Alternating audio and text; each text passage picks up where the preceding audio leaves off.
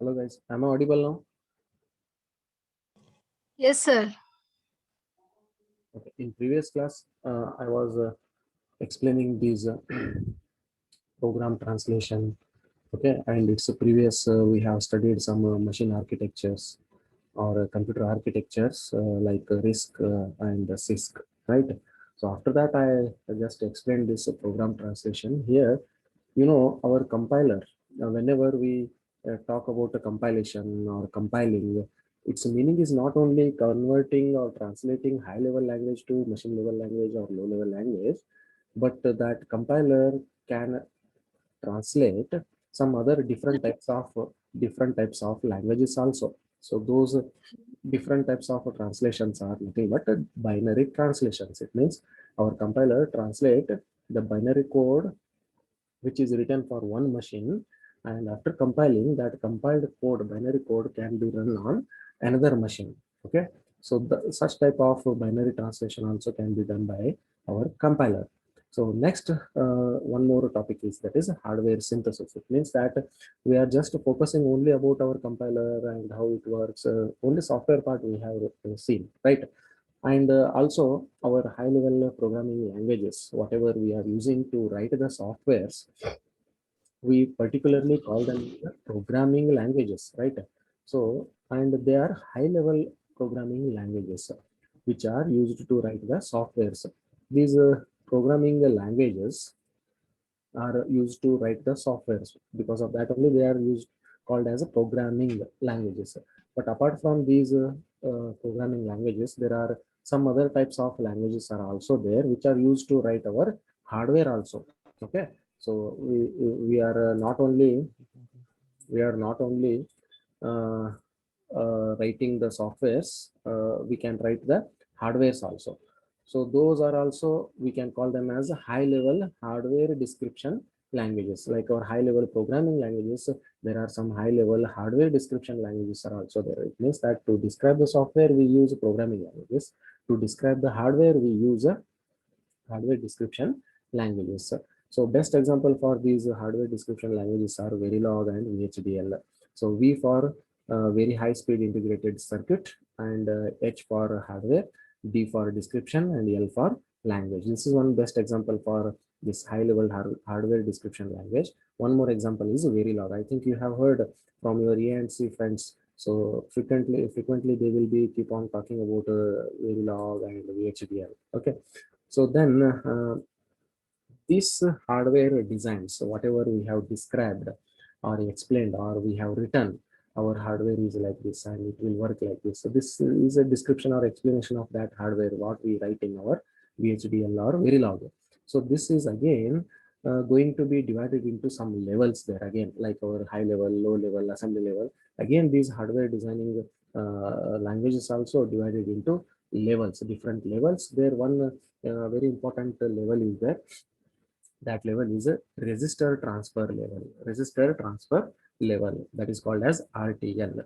Okay, so this, in this RTL only we will describe these hardware designs, and this RTL contains some set of statements. So this set of statements, okay, these set of statements may be having some variables. Okay, but these variables are not actually called as variables, because variables usually they will be used in programming languages, not in hardware description languages. So here we should particularly call them as a registers. Okay, so wherever you will look into the variables in hardware description languages, they are nothing but they are registers. And wherever we look into the expressions in hardware description languages, these are nothing but they are logic. They're nothing but combinational logic.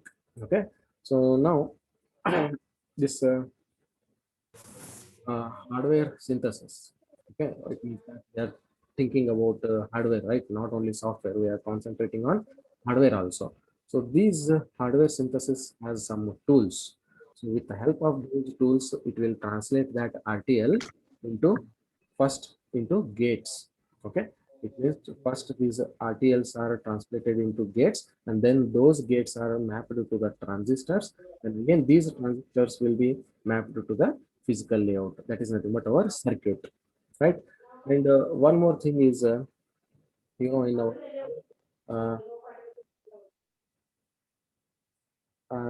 our uh, compiler, okay, our compilers take very few seconds to compile the program and to give you the report of error. But our tools, like just now, whatever I told you, that is hardware synthesis tools, so they will take a lot of time to understand this circuit and optimize this circuit.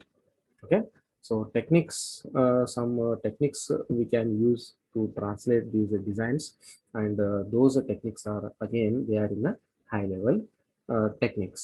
Okay, so just remember, compilers are faster than these uh, hardware synthesis tools. Its topic itself is a hardware synthesis. So it is using some tools to translate our hardware description, which was written in RTL, into the gates. First, it will be translated into the gates. Then these gates are mapped to the transistors, and then these transistors or gates can be mapped to the physical layout. That is nothing but our circuit. So here, these tools, whatever the synthesis tools which are used to translate these RTL, these tools will take a lot of time to optimize this circuit, or it will take a lot of time to understand this circuit. Okay, but our compilers will take a very less amount of time to compile our programming languages. Clear?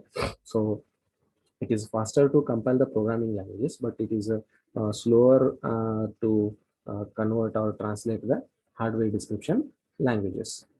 Then not only to develop the software and not only to describe the hardware, we can use the programming languages or any other types of languages. Apart from these describing the software and hardware, we can use the languages for other purposes also. Other purposes means here, to search the databases. To search the databases also, we can use these program languages. Particularly, we will not call them as a hardware description language, or we will not call them as a programming language, since they are searching on a database. They are searching something in a database, so we call them as a query language.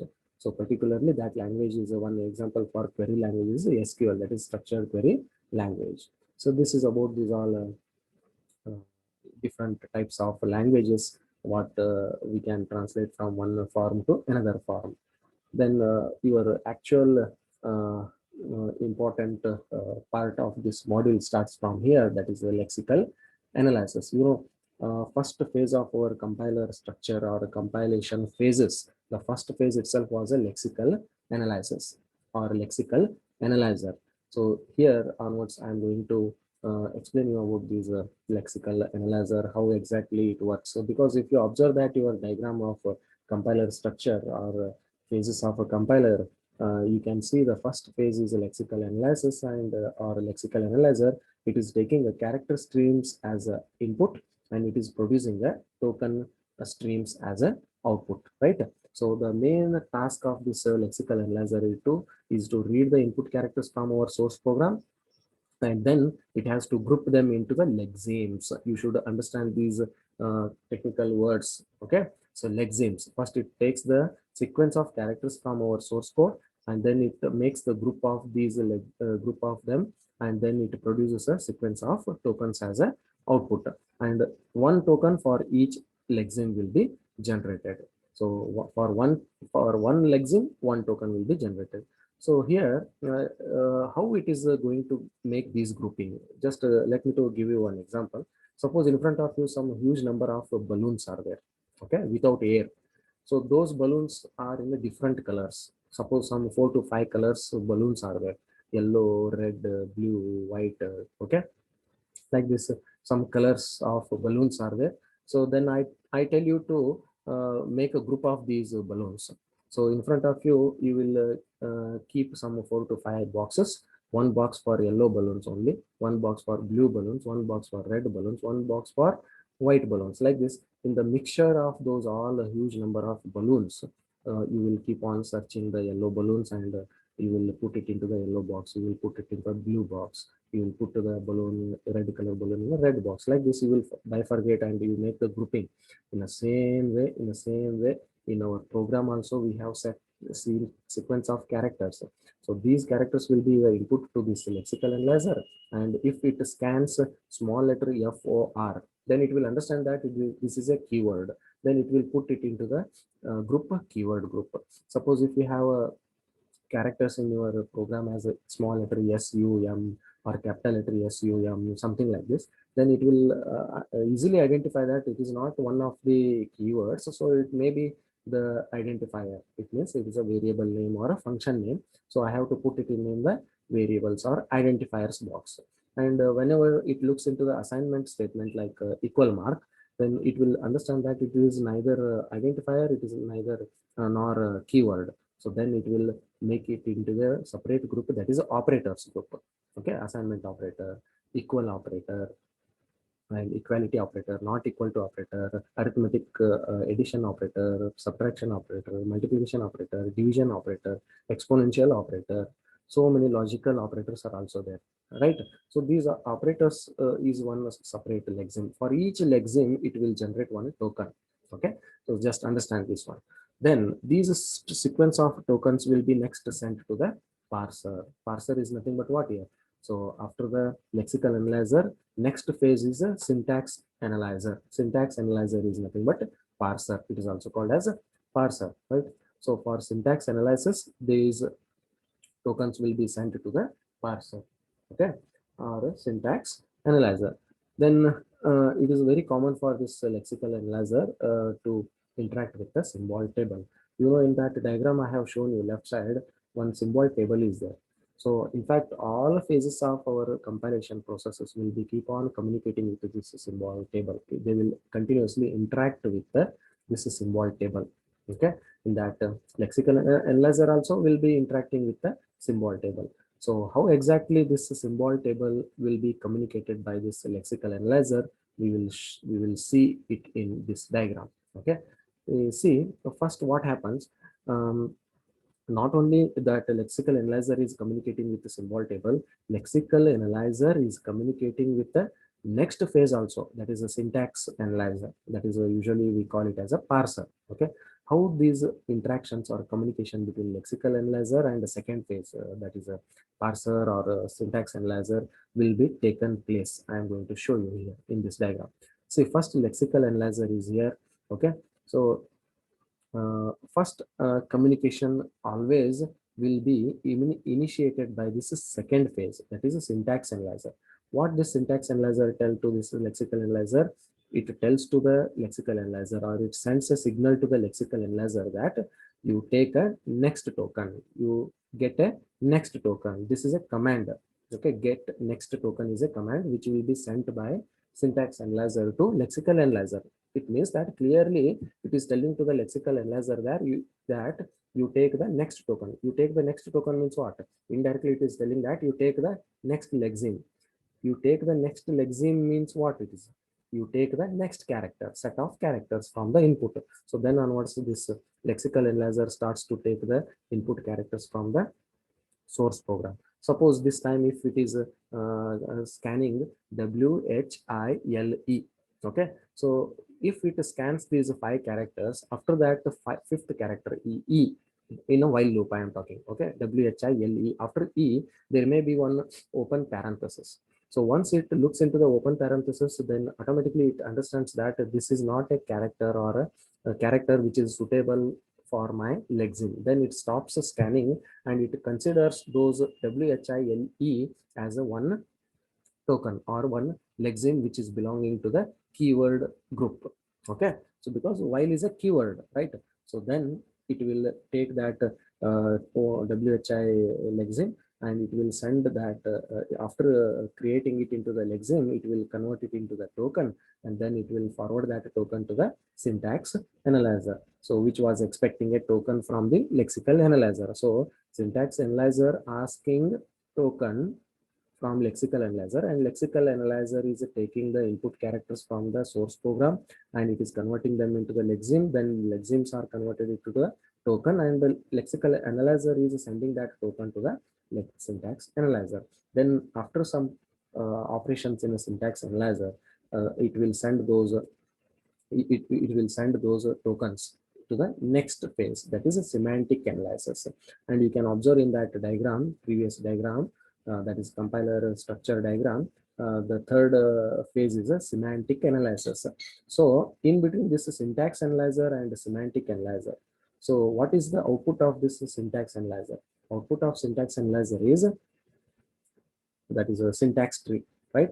So that syntax tree will be given to the semantic analyzer. So if you observe in this diagram, present diagram, so both lexical analyzer is communicating with symbol table and syntax analyzer is also communicating with symbol table.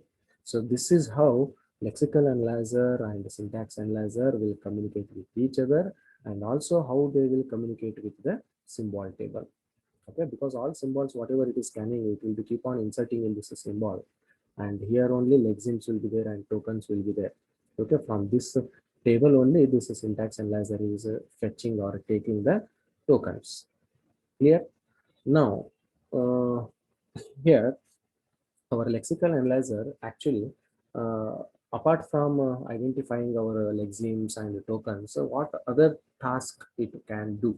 It means it's not only the identifying the lexemes and making them into the tokens and sending the tokens to the syntax analyzer. So apart from that, it will do one more beautiful thing in our programming language.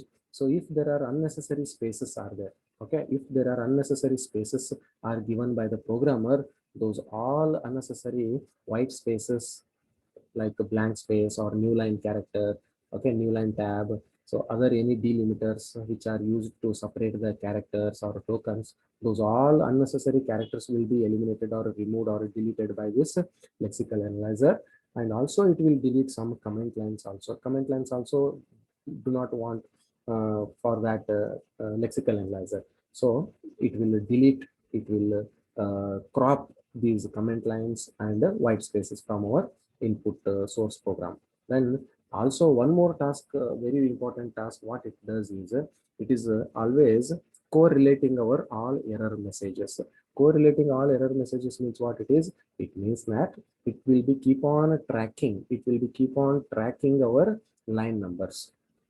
How, sir, it will find out this error is present in this particular line number, this error is in this particular line number? How exactly it tells?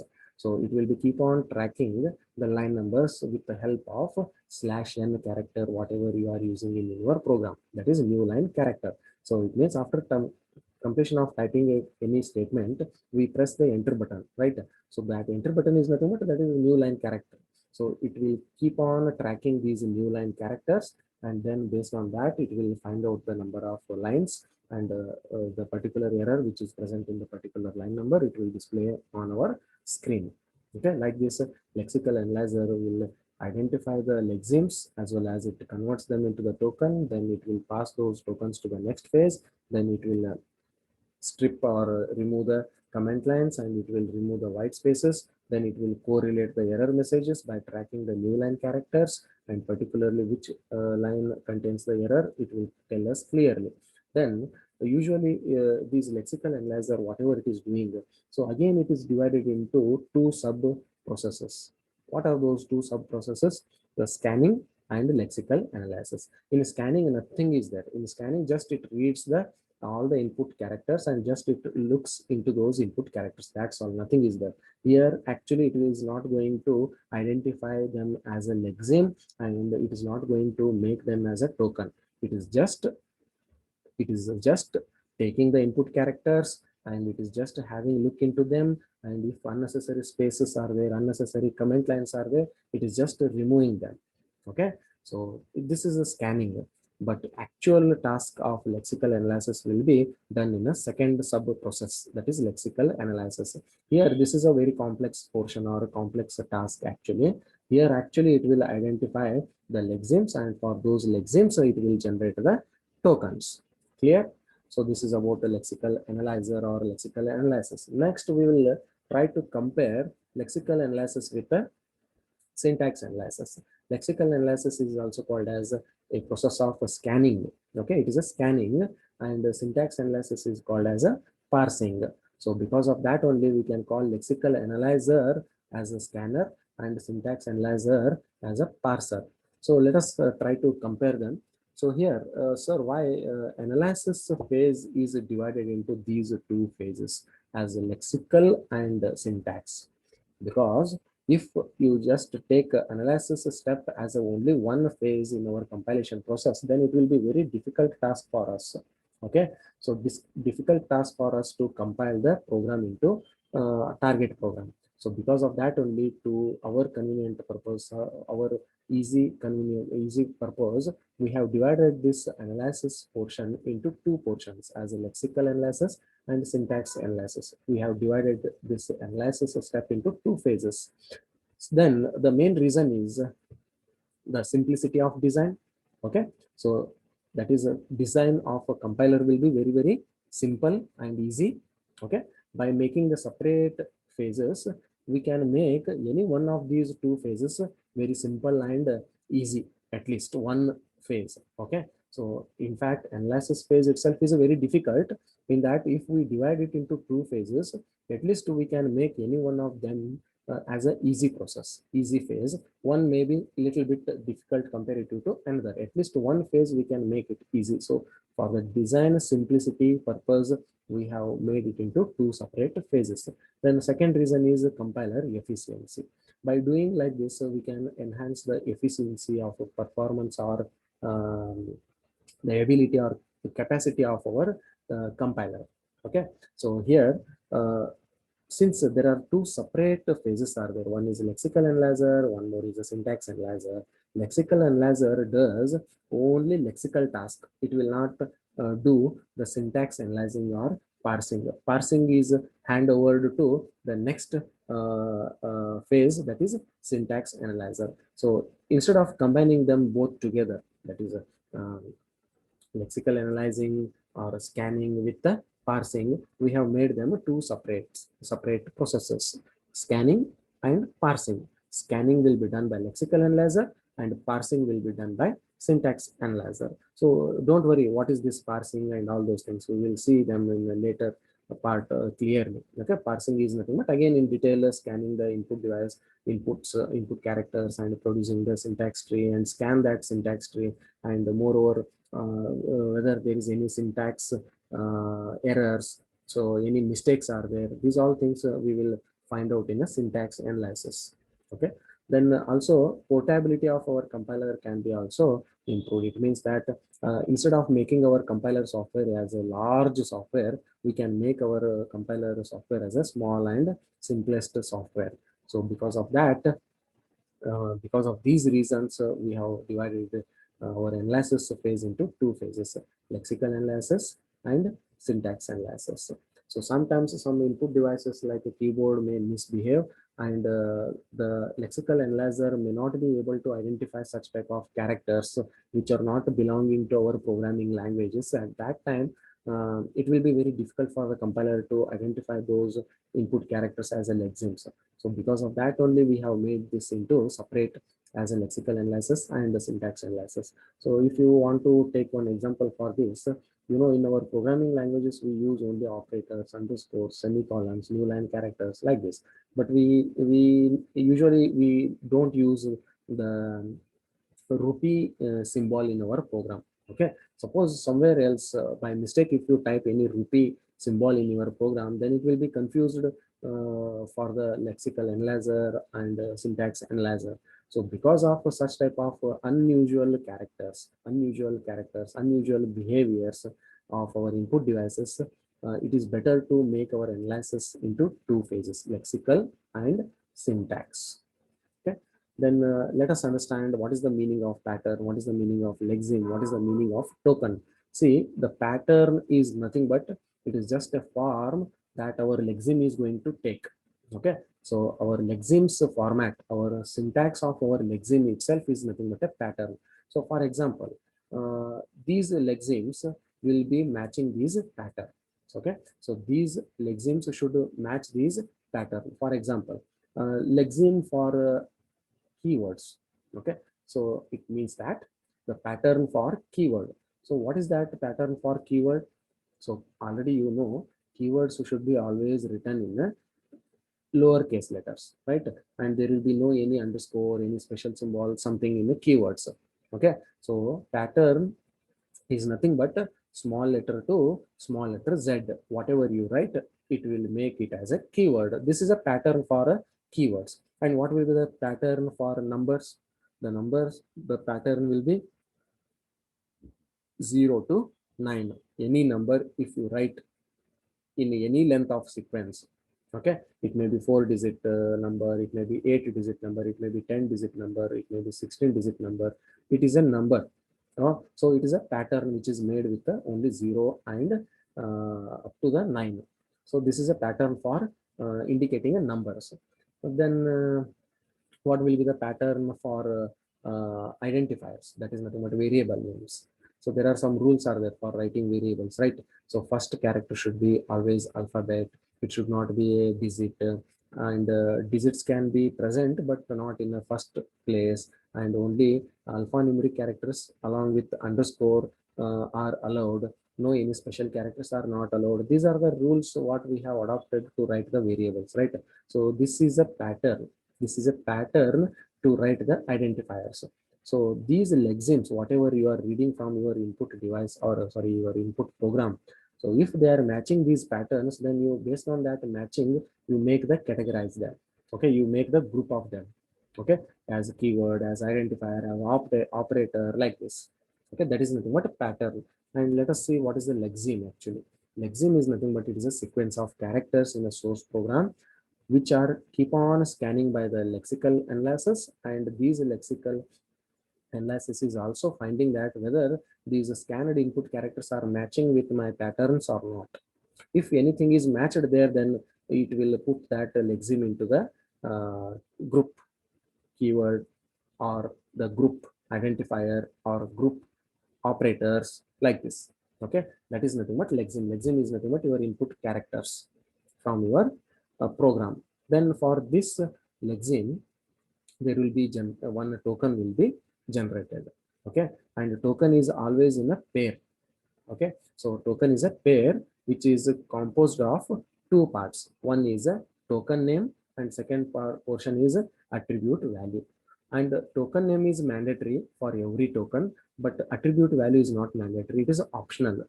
Because operators and some keywords and some other things in our program, they will be not having attribute values. Only identifiers will be having attribute values, because variable is there, variable value should be there, right? So only token name is a mandatory, but attribute value is not mandatory.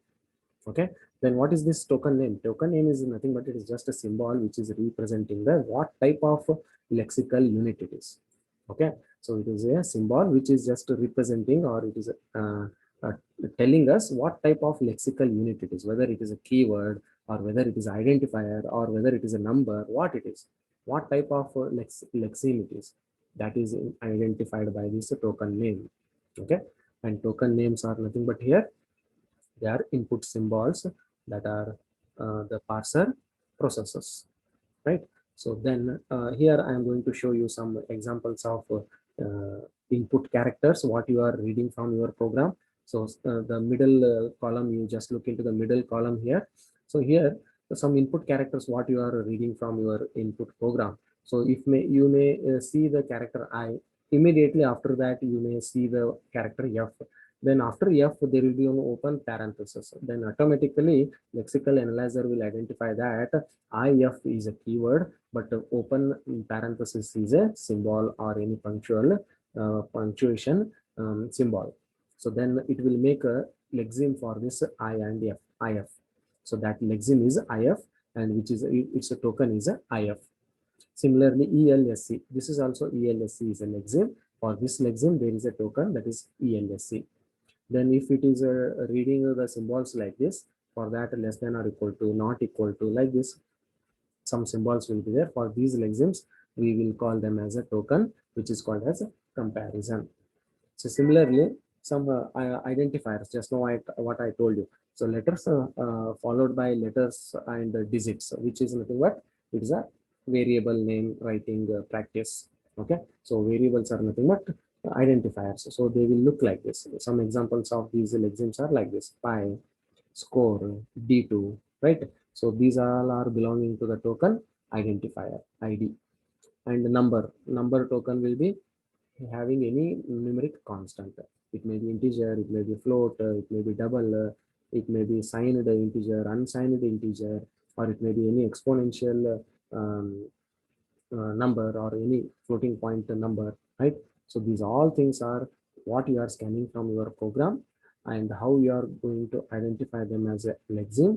For these lexeme, how you are going to generate a token for them, right? So here some set of tokens are there. What are different types of token I may get from my input program? See, you may get, or you may need to create one token for a keyword, okay, and one token for operators, and a token for identifiers. You may need to create tokens for constants, okay, and you may need to create tokens for punctuation symbols. So the entire program, your entire program, source program, will be composed of only these five things. There may be keywords, there may be operators, there may be identifiers, there may be constants, and there will be some punctuation symbols. Apart from these five, these one five types of lexemes. Uh, there is no any more lexemes, any other different kind of lexemes. So for these all lexemes, you need to create one token. Okay, so you need to create a token for keywords, token for operators, token for identifiers, token for constants, tokens for punctuation symbols. Punctuation symbols are nothing but a slash n, okay, underscore, semicolon, open parenthesis, closed parenthesis, open brace, closed brace.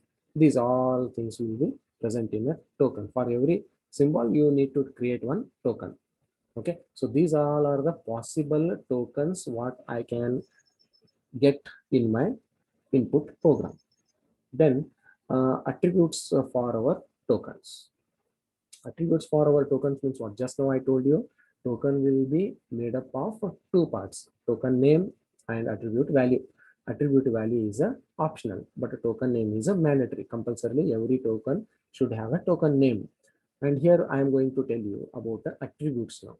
Okay, so see here, whenever there are more than one lexeme is there, which is matching the same pattern. Okay, so more than one lexemes are there, which is matching the same pattern. Then what to do then? Then lexical analyzer, what it does, lexical analyzer is not only going to give you that lexeme which is matched, along with that, which is that exact lexeme, what is that exact lexeme, that information will be also given by this lexical analyzer to the next phases of our compilation process. Next phases of the compilation process are syntax analyzer, semantic analyzer, code generator. For these all next immediate next phases, lexical analyzer is not only going to give the lexeme or token, it is also going to give the additional information. Additional information means what type of information? For example, suppose the pattern for a lexeme, which is a number. Number is a lexeme. Okay, number is a lexeme. And what is the pattern for that number? The number means in between 0 to 9. I already told you, anything in between 0 to 9 you can consider it as a number. In fact, not only integer numbers, you can consider them as integer numbers, floating point numbers, double, and signed, unsigned, all are belonging to these numbers, right? So suppose in your program you have two numbers like 0 and 1. So but both of them are matching to the same pattern, which is for lexeme for the number. Then if it tells that this is a token, okay, this is a token for number, if it is telling only this much to the next phases, then next phases will definitely get the confusion. So because of that only, instead of telling that only the lexeme, what is that, or instead of giving the only token, what is that actually the token, which token it is, that information also it will be given to the next pages. It means that if it is giving the token as a number to the next pages, along with that token, it will tell the attribute value of that token also to the next pages, so that the next pages should not get the confusion. So for the first time, when if it is sending the token as a number, along with that token, it will tell the attribute value also, that is 0. Next, immediately, suppose once again, if it is sending the token as a number, this time it will send the attribute value as a 1, so that there will be no any confusion for the next phases like syntax analyzer. Oh, previously received is a number which is a 0. Now again I am receiving a number which is 1. Again next I may receive the number 2, 3, 4, 5 like this. So whatever you are scanning, for that lexeme you will create a token, and that token should be very much clear, so that the next phases of compilation step should not get the confusion. Clear now? Now, so here after that what it does, the lexical analyzer will send that not only the token name to the syntax analyzer, but in addition to the token name, it is also sending attribute value to the syntax analyzer. And what this attribute value is going to give us, which information is going to give us? Attribute value is nothing but it is describing the lexeme represented by the token. Attribute value is nothing but it is the actual lexeme which is represented by the token. Okay, token name is, it is just name of token, right? Like previously I have shown here some examples of tokens. It may be identifier, it may be IF, it may be ELSC, it may be comparison, like this. But here it may be only number. But if it is telling only number, then we will get a confusion. What is that number? Which number it is? Which number you scanned from your program? So then we have to clearly, explicitly tell to the next phases of compilation process that whether it is 0 or 1 or 2 or what it is, which number it is, that also we have to give to the remaining phases of our compilation process. So those values are called as attribute values. Okay. So this token name helps us in taking some parsing decisions. So token names are also very important. They are also playing a very important role in taking the parsing decisions. And attribute values are also very important. We cannot neglect them, even though they are optional. Okay. So if there is any attribute value is present there, then it is playing very important role. So attribute value also helping us in the translation of tokens, right? Then if you consider one example, I explain this example in next class. I send you within 2 minutes one more link. You please join once again. I continue the class. You join the meeting. One more new link I will send you now.